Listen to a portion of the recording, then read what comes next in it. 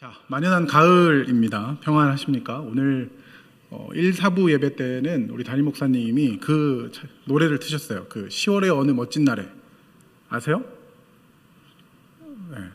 여러분이 결혼할 때 남자친구한테 불러달라고 하세요. 아니면 여러분이 남자면 아내 될 사람한테. 네. 근데 그 얘기가 담임 목사님 그러셨는데, 원래는 아내를 위한 세레나데가 아니래요. 왜 그러냐면 김동규 씨 그분이 작곡하고 작사했는데 이혼하셨대요. 그래가지고 제가 웃기려고 이 얘기를 한 게 아니라 아이를 위한 노래다. 그래서 여러분들 결혼하실 때 그 얘기를 하면 아이를 위한 노래인가 이렇게 들으시면 되는데, 제가 이 이야기를 왜 하냐면, 왜 시작하냐면 우선 10월이라는 이야기죠. 그 가사에 보면 뭐 바람이 창틀에 앉는다 뭐 이런 표현이 있어요. 여러분, 바람이 창틀에 앉습니까? 우리 또 공대생들이 많아가지고 바람이 창틀에 앉으려면 이렇게 시작해가지고, 그렇죠? 네. 제가 이제 10월에, 원래 제가 야곱 때는 10월에는 연애하셔야죠 뭐 이런 얘기를 많이 했는데, 10월에는 바람이 창틀에 앉으신 걸 보시는 저와 여러분이 되었으면 좋겠습니다. 전혀 공감대 형성이 안 되죠. 네. 10월에 제가 요즘 하늘 많이 보는데, 여러분도 좀 하늘도 좀 보시고, 특별히 시험 기간이죠. 야곱 시험 기간입니까? 네, 시험 기간인 친구들은 다 안 온 건가요? 네. 끝까지 승리하셔서 좋은 결과를 얻으셨으면 좋겠고, 오늘 성경 공부 교재 안에서 있는 어떤 이야기 중에 이제 심은 대로 거둔다라는 이야기 있어요. 네, 기억나십니까? 여러분이 심은 대로 거두는 거. 공부한 만큼 성적을 거두는 것은 복입니다. 제가 여기 10월이나 4월이나 올라올 때마다, 중간고사, 기말고사 때마다 여러분들에게 했던 말 중에 이런 말이 있죠. 공부 안 하고 여러분들이 여기 앉아서 하나님 앞에 시험 잘 보게 해주세요 기도하면 여러분의 성적이 올라갈까요? 어떻게 생각합니까? 여러분, 오늘 그런 마음을 갖고 오신 분이 계실 것 같아서, 어쩌면 계실 수도 있어서 조금 주저되긴 한데, 여러분 여기 와서, 예배당에 와서 예배를 드리면 하나님께서 더 좋은 성적을 주실 것이다 라고 여러분이 여기 오셨다면, 시험뿐만 아니라 우리 많은 것들을 적용할 수 있는데, 그러면 우리는 우상숭배하는 겁니다. 제가 왜 이렇게 단호하고 굉장히 칼같이 이런 얘기를 하냐면, 이 예배가 여러분의 수단이 되면 그건 우상숭배 되거든요. 내가 주인공이 되고 하나님이 주변이 되면 그걸 우상숭배라고 하는 겁니다. 여러분이 시험 기간이든 어떤 것이든 하나님을 나를 위한 수단으로 사용하는 그것을 이제 성경이 우상숭배라고 하거든요. 제가 여러분에게 시험 공부 안 하고 여기까지 왔는데 이런 소리까지 듣게 해서 죄송하긴 한데, 여러분이 여기에 와서 예배드리는 것은 하나님께 나의 시간이 하나님께로부터 왔음을 인정하는 것으로 이 예배를 드린다라는 생각으로 여러분 오셔야 됩니다. 11조는 무엇입니까?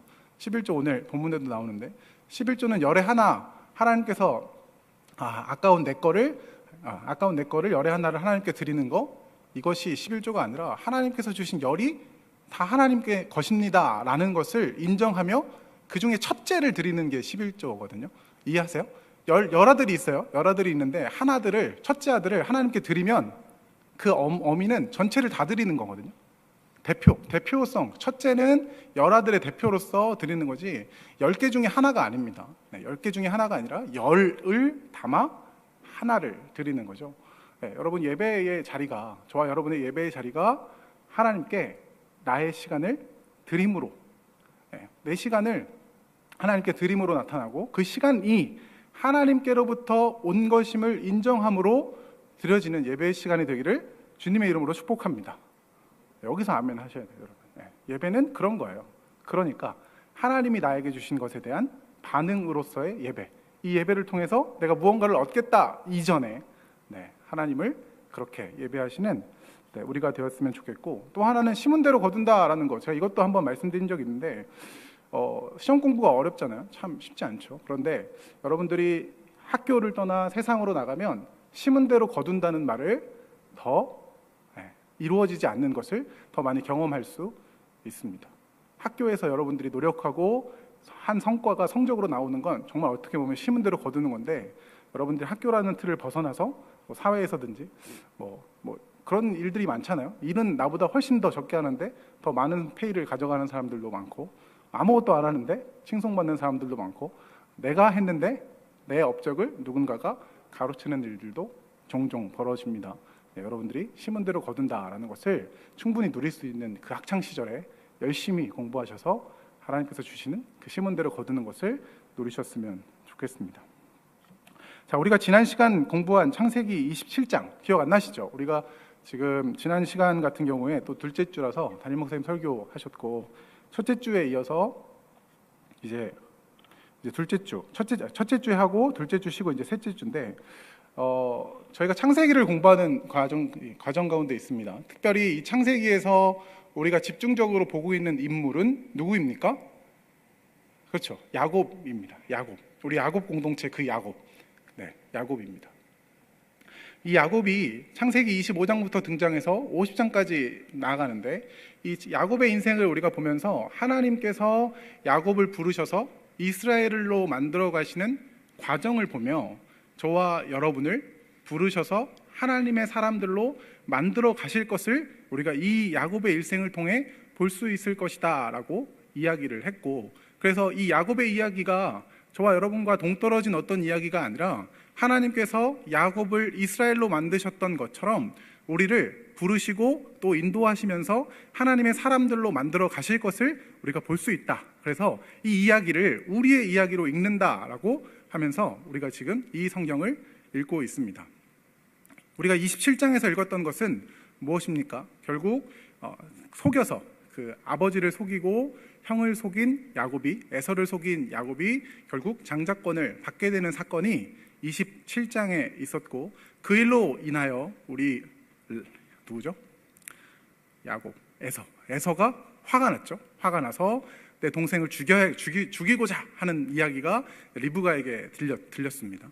이제 그런 이야기, 그런 맥락 안에서 이제 28장, 오늘 우리가 29장을 읽었지만 28장에서는 어떤 이야기가 흘러가냐면 이 야곱이 집을 떠나는 장면이 나옵니다.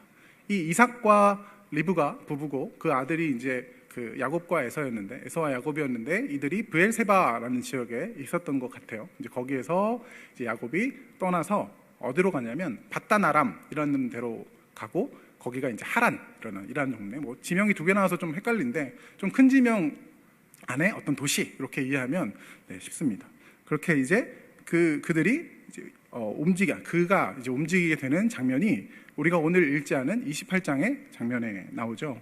여러분들이 성경책을 갖고 있으면 뭐 같이 따라오시면 좋겠는데, 결국 이삭은 야곱을 불러서 그에게 축복하면서 보냅니다. 어디로 보내냐면 이제 바다나람으로 가서 너의 외조부 그리고 외삼촌의 이름이 이제 라반이에요. 라반인데 그 라반의 집에 가서 그 집의 딸들 중에서 이제 너의 아내를 삼으라라고 이야기를 하고 축복을 해주면서 이제 야곱은 길을 떠나게 되죠.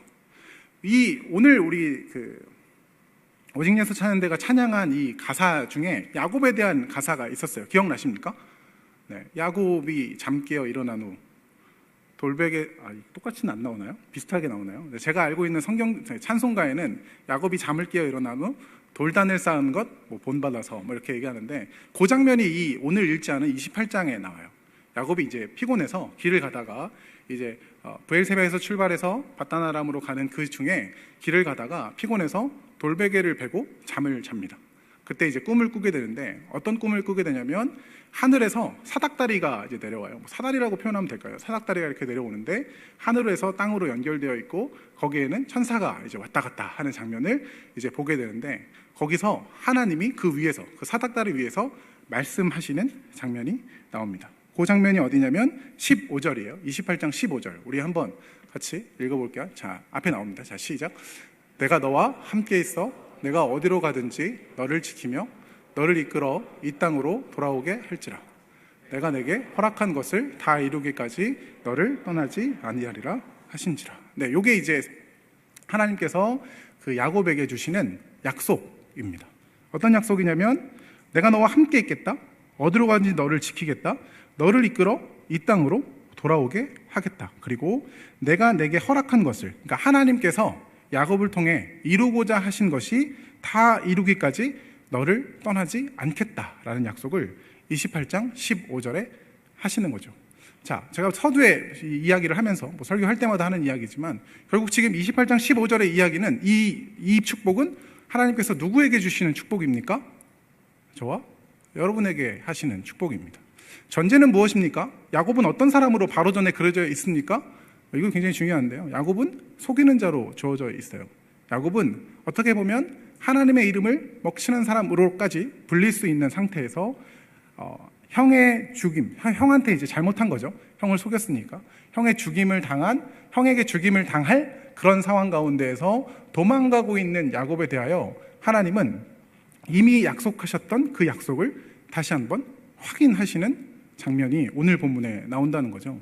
저와 여러분의 삶에 어떻게 적용할 수 있습니까?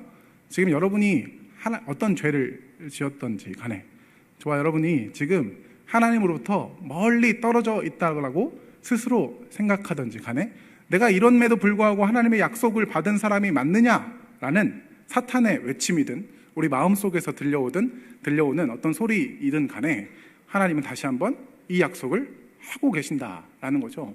저와 여러분이 기억해야 할 약속이 오늘 28장 15절입니다. 내가 내게 허락한 것을 다 이루기까지 너를 떠나지 아니하리라. 우리 담임 목사님이 장례에 가실 때마다 하시는 똑같은 본문으로 설교하시진 않는데 이제 모세가 죽는 장면을 하십니다. 모세가 죽는 장면을 설교하시면서 뭐라고 말씀하시냐면 왜 죽는가? 왜 죽었는가?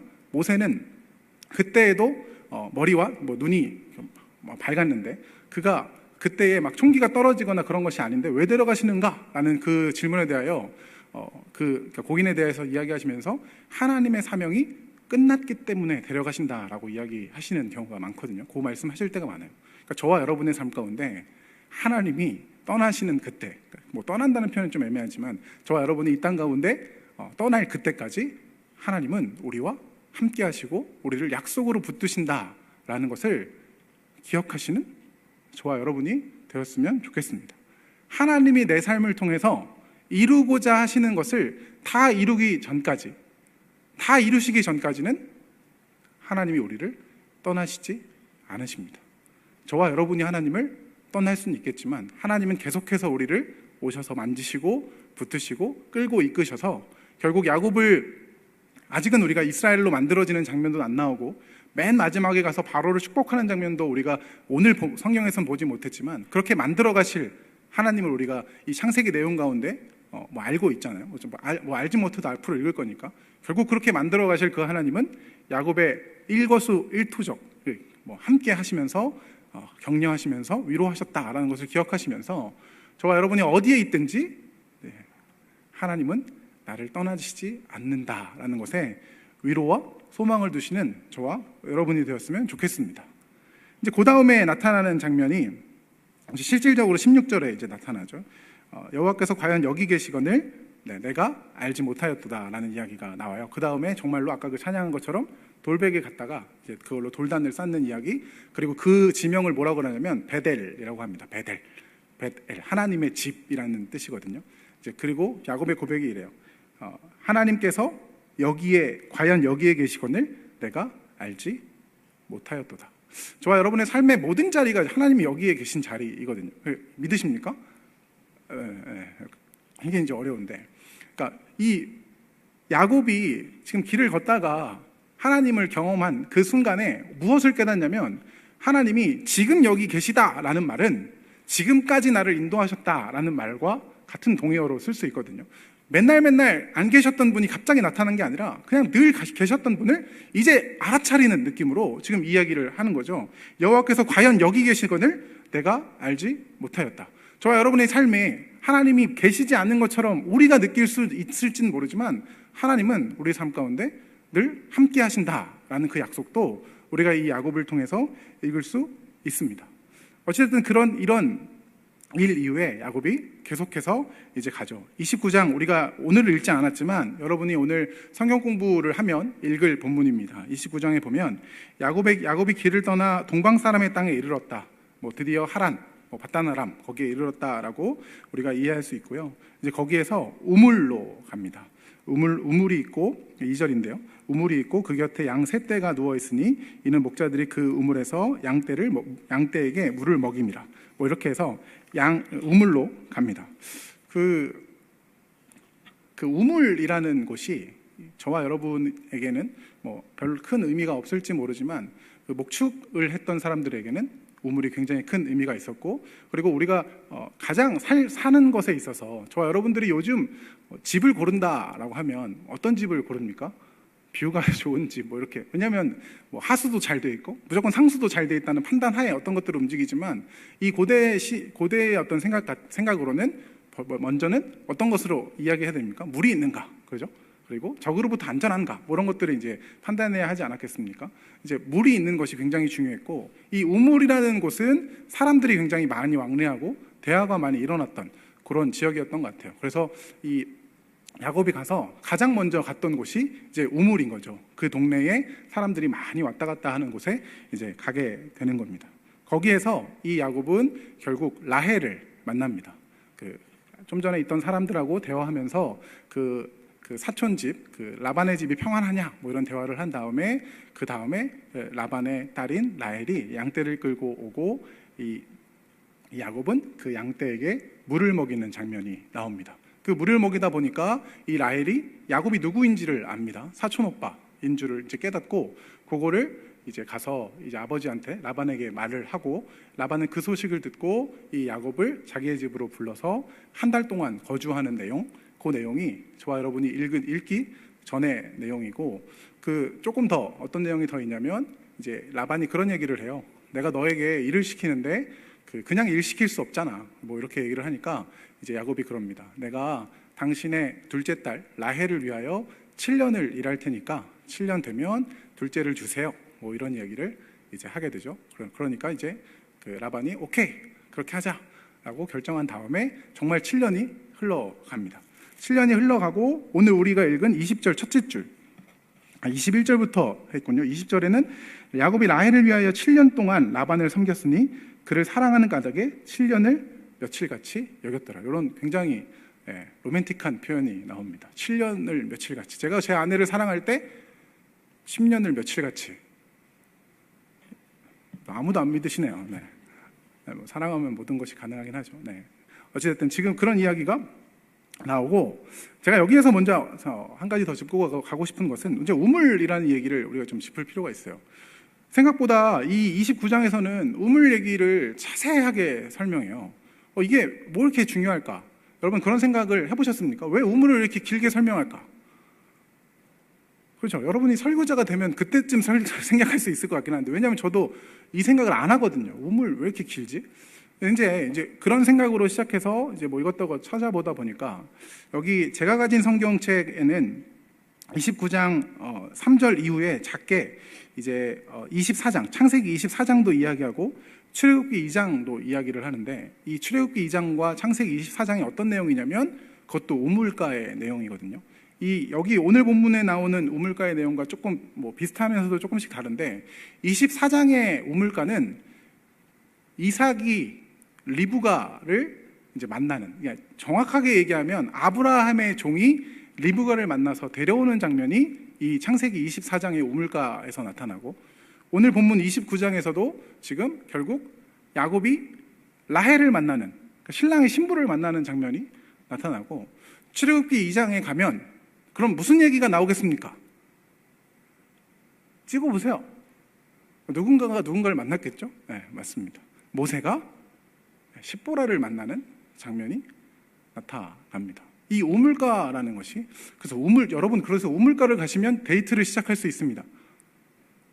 오늘은 웃으시지도 않으시네요. 네, 어찌됐든 제가 하고 싶은 얘기가 그게 아니라는 걸 아셔서 그런 거죠. 이 우물가라는 그 장소는 무언가 아예 새로운 시작을 열어줍니다. 또한 우리가 잘 아는 요한복음에서도 우물가 이야기가 나오거든요. 요한복음에서 어디 나옵니까? 요한복음 4장에 가보면 예수님께서 이제 사마리아를 통과해야 되는데 그 사마리아를 굳이 들어가는 장면을 요한이 기록하죠. 원래 그 유대인들은 사마리아로 갈 때 뺑 돌아서 갔는데, 사마리아를 통과해서 어딜 가셔야 되는데 사마리아를 이제 통과해서 가시는 장면, 그리고 결국 그 수가라는 성에서 이 예수님이 그 여인을 만납니다. 네, 만나는 장면. 제가 이 이야기를 왜 이렇게 길게 하냐면, 우물가, 결국 그 우물가에서 남자와 뭐 여자가 만나는 이 장면은 신약에서 요한복음에서 예수님이 여인을 만나는 장면으로, 그리고 그 장면에서 예수님 당신이 자신에 대해서 무엇이라고 이야기를 하시냐면 자기가 생수라고 하시거든요. 마르지 않는 물, 이렇게 얘기를 해요. 목마르지 않는 물을 내게 주소서라고 하는데 결국 내가 그다라고 이야기를 하시는 장면으로 우물이라는 이 연결 통로로 쭉 연결이 되죠. 결국 이 창세기에서 이야기하고 모세가 만났던 그 이야기의 결정판은 결국 그 우물 안에서 결국 참되신 우물인 그리스도를 만나는 것으로 나타나고 신랑의 신부를 만나서 전혀 새로운 이야기들이 벌어지는 것들로 나타난다라고 해석할 수 있겠습니다. 제가 왜 이야기를 여러분에게 드리냐면 저와 여러분이 예수님을 만난 사람들이잖아요. 맞죠? 뭐 아닐 수도 있는데 대부분은 우리가 예수님을 만났다라고 하는 사람들이잖아요. 그러면 저와 여러분은 우물가 이전과 이후의 삶은 완전히 달라져야 한다라는 겁니다. 그러니까 여러분이 달라야 한다라고 얘기하기보단 하나님이 결국 여러분을 정말 다른 삶으로 인도해 가시는 거죠. 왜냐하면 혼자 왔다가 둘이 됩니다. 결혼이 그런 거잖아요. 결혼이 어떤 거냐면 저만 해봤, 우리 유진 집사님도 해보신 그 결혼, 우리 신 목사님도 해보신, 이유림 전사님도 해보신 그 결혼, 너무너무 행복한 그 결혼. 자, 그 결혼은 전혀 다른 삶으로 이끌어가는 거예요. 성경에서 우리를 그리스도의 신부라고 하거든요. 그러니까 이 맥락은 따라오셔야 되는데 성경에서 우리를 그리스도의 신부라고 이야기해요. 예수님이 신랑이고 우리가 신부.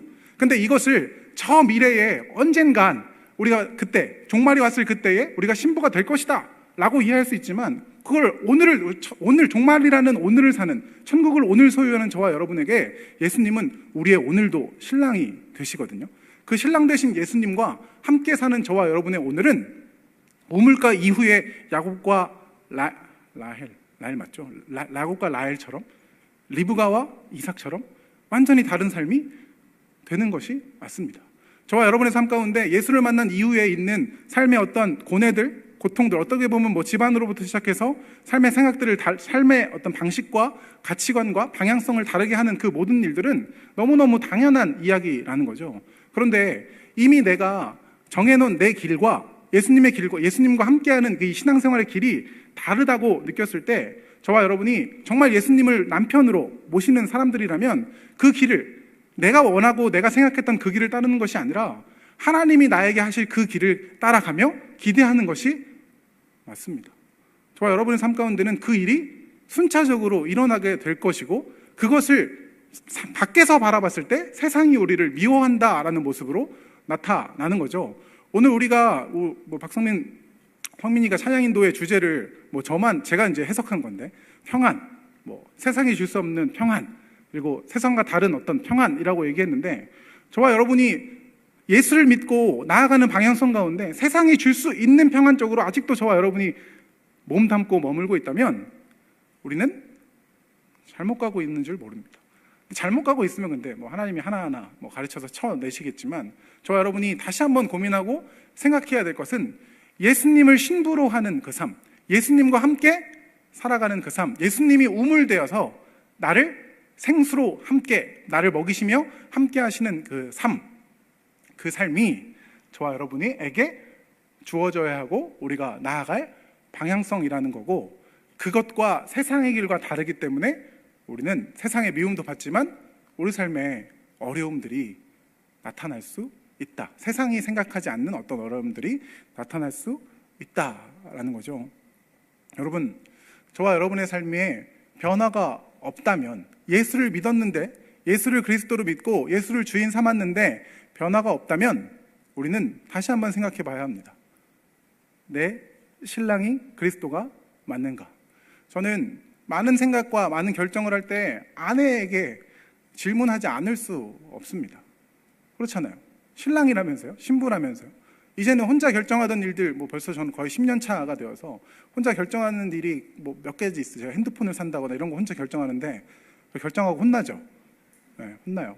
나 왜 말 안 하고 샀어? 오늘 아내가 없어서 막 얘기하는 건데 왜 말 안 하고 샀어? 막 혼나는데 어찌됐든 저와 여러분이 예수님이라는 그분과 만났다라는 것, 예수님을 나의 주인 삼고 나의 신랑 삼았다라는 것은 아예 인생의 가치관과 생각과 방향성을 다르게 하고 그분과 함께 무언가를 한다라는 것을 전제로 저희가 생각하고 사고해야 한다라는 것을 오늘 이 본문 안에서 우리가 읽을 수 있다라는 거죠. 세 번째로 나누고 싶은 것은 오늘 우리가 본문 안에서, 교재 안에서 읽을 수 있는 것 중에 야곱이 라반에게 속는 장면이 나옵니다. 네. 야곱은 라반에게 자기가 형을 속였던 것과 굉장히 비슷한 방법으로 자기가 속임을 당하게 되거든요. 자신이 눈이 침침한 이삭에게, 그러니까 야곱이 눈이 침침한 아버지 이삭에게 첫째 아들 에서의 역할을 하며 동생임에도 형이라고 했던 것을 날이 어두울 때에 레아를 라헬로 속여 들어가게 하는 모습으로, 야곱에게 들어가게 하는 모습으로 이제 라반에게 야곱이 속임을 당하는 장면이 나타나죠. 이 장면이 이렇게 나타나는데, 여러분 어떻게 생각합니까? 인과 응보다, 뿌린 대로 거둔다라고 이야기할 수 있는 부분인데요. 제가 어저께 우리 목장 모임에서도 이야기했지만, 뿌린 대로 거둔다라고 했으면 야곱은 이제 거기에서 이제 머물러 있어야 하는데, 제가 생각했을 때 그리스도인들에게 하나님께서 내가 한 어떤 모습을 누군가를 통해 똑같이 보게 만들어 주시는 것은, 이 장면은 우리가 다윗이 밧세바를 범했을 때 그 나단이라는 선지자를 통해서 어떤 비유로 말씀하시지만 정확히 자기가 누군지를 보게 하시는 장면이 나오거든요. 요것이 정확히 이해되지 않을 수 있는데, 어찌됐든 거울을 통해서 나의 모습을 비춰내시는 것은 하나님의 심판이 아니라 하나님의 징계입니다. 너가 그렇게 했으니까 이렇게 당해봐가 아니라 너는 그 모습에 머무르면 안 돼 라는 마음으로 하나님이 우리에게 거울을 대주시는 거죠. 너가 지금 무엇을 잘못하고 있는지 정확히 하고 똑똑히 봐 라고 말씀하셔서 우리를 가르쳐 주시는 장면이 오늘 이 라반이 야곱을 속이는 장면으로 나타나고 있는 것이 아닌가 싶습니다. 저와 여러분의 삶 가운데 하나님께서 나의 모습을 들춰내신다면, 심판이라는 단어를 써도 되는데, 심판이 끝이 아니라 하나님은 돌이키기 위해서 그 일들을 하고 계신다라는 것을 기억하십시오. 히브리서에는 이런 말씀이 있어요. 들어보세요. 또 아들들에게 권하는 것 같이 너희에게 권면하는 말씀도 잊었도다. 일렀으되 내 아들아, 주의 징계하심을 경히 여기지 말며 그에게 꾸지람을 받을 때에 낙심하지 말라. 주께서 그 사랑하시는 자를 징계하시고 그 받아들이시는 아들마다 채찍질하심이니 너희가 참음은 징계를 받기 위함이라. 하나님의 아들과 같이 너희를 대우하시나니 어찌 아버지가 징계하지 않는 아들이 있으리요. 징계는 다 받는 것이오늘 너희에게 없으면 사생자요 친아들이 아니니라. 하나님께서 야곱을 데려다가 이스라엘 만드는 것, 하나님께서 우리를 데려다가 자녀 삼으시는 것, 그 중에 저와 여러분의 온한 부분, 연약한 부분을 거울로서 비춰주시는 것은 하나님의 심판 마침표가 아니라 하나님의 징계이고, 그 하나님의 징계는 하나님의 사랑입니다. 저와 여러분의 오늘이 하나님의 징계 가운데 있다라고 여겨지십니까? 네, 그러면 회개하고 돌이켜야 함이 마땅합니다. 그런데 그것은 하나님의 사랑입니다. 제가 저희 딸에게 얘기하는 이야기 중에 저희 딸이 정말 말을 안 들어요. 그럼 제가 막 얘기하다가 저희 딸이 너무 서운해해요. 왜 아빠는 왜 이렇게 나를 혼내? 막 이렇게 막 엄청 서운해합니다. 그럼 제가 그러죠. 야, 아빠는 옆집 아저씨가 아니라서 널 혼낼 수밖에 없어. 이게 자기 정당화가 맞거든요. 맞는데 그 얘기를 한 다음에 잘 생각해 보면, 저는 제 친구, 제 딸의 친구가 뭘 하든 별로 관심 없습니다. 제 딸의 친구가 도둑질을 했다거니 그럴 수도 있지. 어릴 때 한 번씩 훔치는 거 다 해보는 거잖아요. 여러분 안 해보셨어요? 저는 아버지 마이에서 지갑 훔치다가 이렇게 딱 잡는 순간 걸려본 적 있는데, 엄마가 딱 잡아가지고 우리 아들 도둑이 될 것 같다고. 어찌됐든, 그러니까 생각해 보세요. 제가 제 딸에게 그러는 이유는 제 안에 울분, 저의 연약함이 밖으로 터져 나오는 것도 분명히 있지만, 확실한 건 제 딸이 아니면 그렇게 피곤하게 이야기하지 않습니다. 하나님도 야곱이 아니면 하나님의 아들이잖아요. 저와 여러분이 하나님의 아들, 딸 아닙니까? 아들, 딸 아니면 징계할 이유가 없어요. 뭘 그렇게 피곤하게 누굴 가르칩니까? 뭘 그렇게 피곤하게 하나하나 똑같은 장면을 보여줘서, 너가 에서에게 한 이 장면은 이거였어, 너가 에서에게 한 요런 장면은 네가 지금 라반에게 당하는 이거였어 라고 굳이 가르쳐 주셔서 너 그거 하면 안 돼, 이렇게 굳이 구구절절 설명할 필요가 뭐가 있습니까? 하나님이 여러분에게 무언가를 하나하나 가르치신다면 그것은 하나님의 사랑입니다. 하나님의 사랑 안에 내가 있구나, 하나님이 날 사랑하셔서 이렇게 하나하나 정말 지겹도록 말씀하시는구나. 네, 우리 또 제가 지난주에 예레미야 설교했는데 그 새벽 예배 때 예레미야가 52장까지 있는데 엄청 길어요. 이사야가 66장까지 있는데 예레미야가 분량이 더 길거든요. 근데 하는 얘기는 거의 비슷합니다. 정신 차려, 돌아와, 나한테 와. 그거를 정말 빼곡하게 쓰는 거예요. 저와 여러분에게도 하나님은 그렇게 하나하나 세밀하게 가르치시며 징계하실 수 있는데 그것을 하나님의 사랑으로 받아들이시고 그 음성에 순종하시는 저와 여러분이 되었으면 좋겠습니다. 하나 더 있어요. 뭐 끝날 것 같지만 안 끝나죠, 자꾸. 마지막으로는 그 아들을 우리가 봤잖아요. 아들들.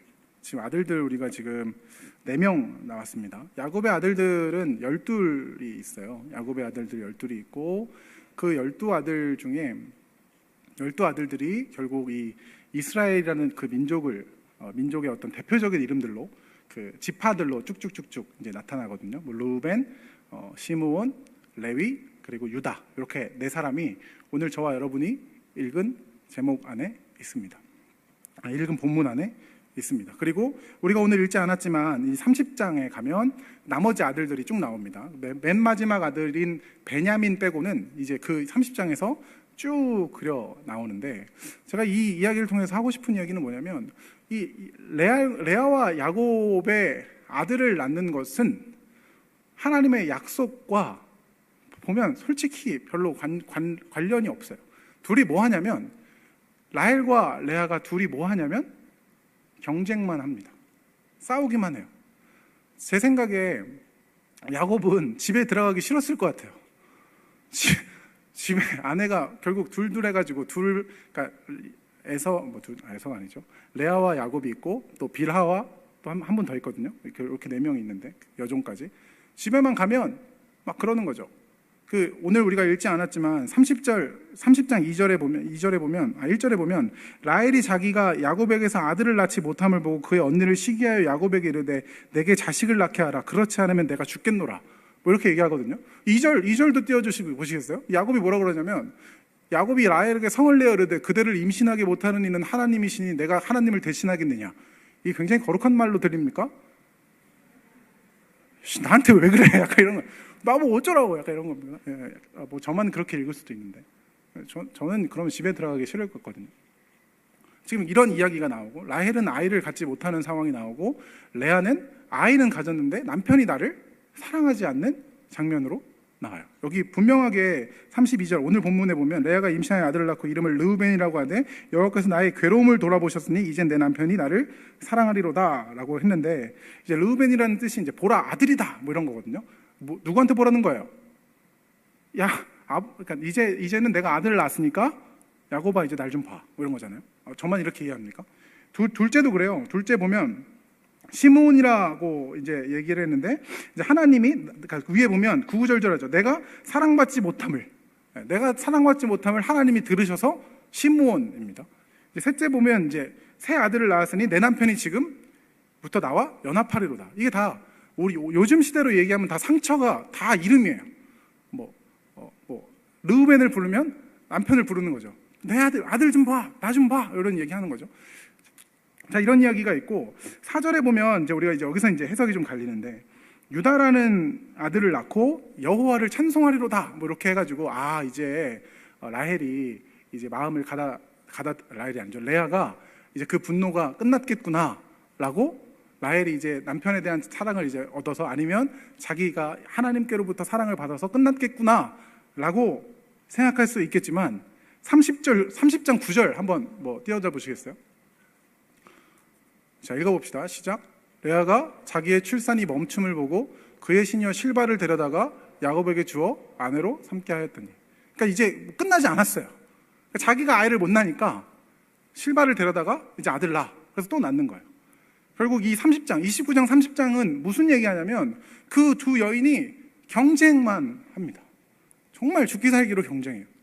남편의 사랑을 얻으려고 아니면 뭘 얻으려고 경쟁만 하는데 여러분 제가 이 이야기를 통해서 하고 싶은 얘기가 도대체 뭐냐면 첫 번째는 하나님은 이 경쟁하는 이 레아와 라헬을 데리고서도 하나님의 뜻을 이루신다라는 겁니다.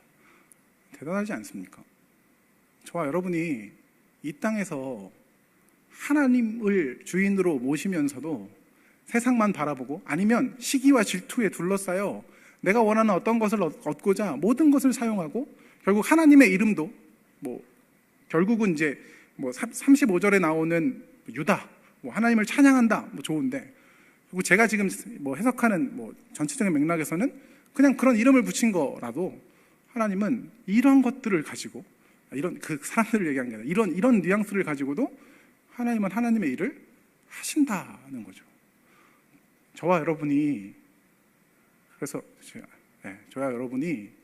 정말 아무것도 아니고 하나님과 떨어져 정말 하나님과 외면된 어떤 일들을 하며 살아갈지라도 굉장히 위험한 발언일 수 있는데 살아갈지라도 하나님 안에 있는 저와 여러분은 하나님께서 이렇게 쓰실 겁니다. 믿으십니까? 그럼 여러분 그런 생각할 수 있죠. 어차피 쓰실 건데 개차만으로 살자. 그렇게 생각할 수 있는데 생각은 할 수 있는데 할 수는 없을 겁니다. 하나님이 날 사랑하는 걸 알기 때문에 제가 여러분의 자신에게 얘기하는 건 뭐냐면 우리의 탐심과 우리의 연약함들이 엉켜서 지금 아들들이 나오는 거잖아요. 결국 이 이름들도 아들들이 좋은 이름입니까? 제 이름 되게 좋잖아요. 복을 이루라, 성호. 그런데 제 이름이 보라 아들이라, 이런 거죠. 들으심, 이런 거. 하나님, 이런 건데. 지금 이런 이야기 계속해서 싸우고 있는 이 상황 가운데 두 여인은 계속해서 싸우고 집안은 계속 갈등 가운데 있는데 하나님의 약속이 그 안에 있으니까 결국 그 약속은 그들을 이스라엘의 대표성으로 다 박아 놓으시는 거예요.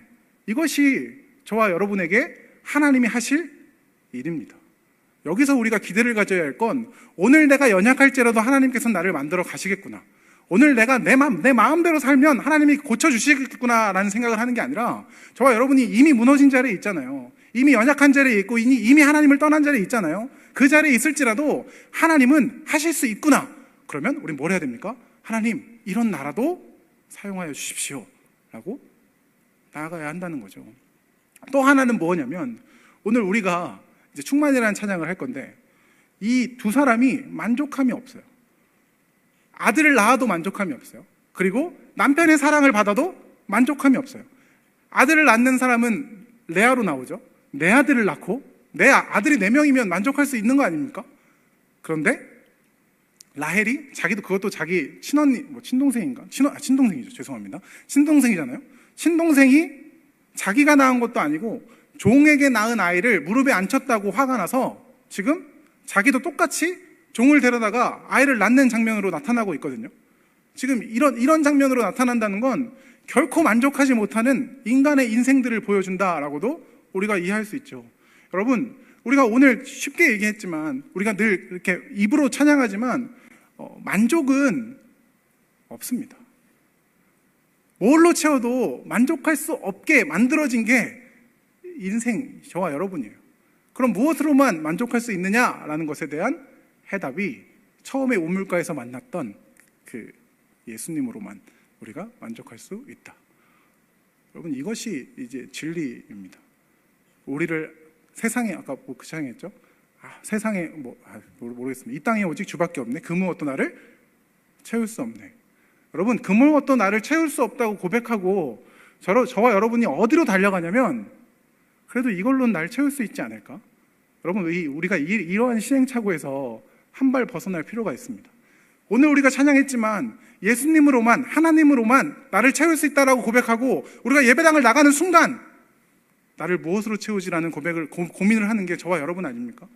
이제는 그 자리에서 벗어나서 하나님으로밖에 채울 수 없다라고 하는데 그 방법도 잘 모르겠고 어떻게 해야 되는지도 잘 모르겠다라는 것이 저와 여러분의 질문이 되어야 하지 않겠습니까? 하나님 어떻게 하면 그 그리스도로 나를 채울 수 있습니까? 어떻게 하는 것이 하나님으로 나를 채우는 것입니까? 어떻게 하는 것이 연구소에서 어떻게 하는 것이 삶의 모든 자리에서 나를 그리스도로 채우는 것입니까? 라는 이 고민과 고백이 저와 여러분에게 있기를 원합니다. 성경은 굉장히 단호하게 얘기해요. 아무것도 너를 채울 수 없다. 너를 채울 수 있는 건 너를 만든 나뿐이다. 이렇게 말씀하시거든요. 저와 여러분의 한 주간의 삶 가운데 우리가 좀 이따 충만이란 찬양을 할 거지만 그리스도로 만족하고 그리스도로 충만한 삶이 되었으면 참 좋겠습니다. 아멘 하셔야 돼요. 삶이 되었으면 좋겠습니다. 네, 감사합니다. 정말로 그래요. 성경은 계속 그 얘기합니다. 계속해서 이렇게 질투하는 상황 속에서도 하나님은 일을 하실 거기 때문에 내가 계속 질투할 거야가 아니라 이제는 하나님의 방법에 손에 붙들려서 그 일을 해내는 내가 되기 원합니다. 하나님의 손에 붙들리고 하나님의 마음에 붙들리고 하나님의 뜻에 일치되어 내가 오늘 주어진 이 시간을 하나님과 연합함으로 살아가는 이 시간이 되어 하나님께 영광 돌리기 원합니다 라는 이 고백이 저와 여러분의 한 주간의 고백이 되시기를 주님의 이름으로 축복합니다.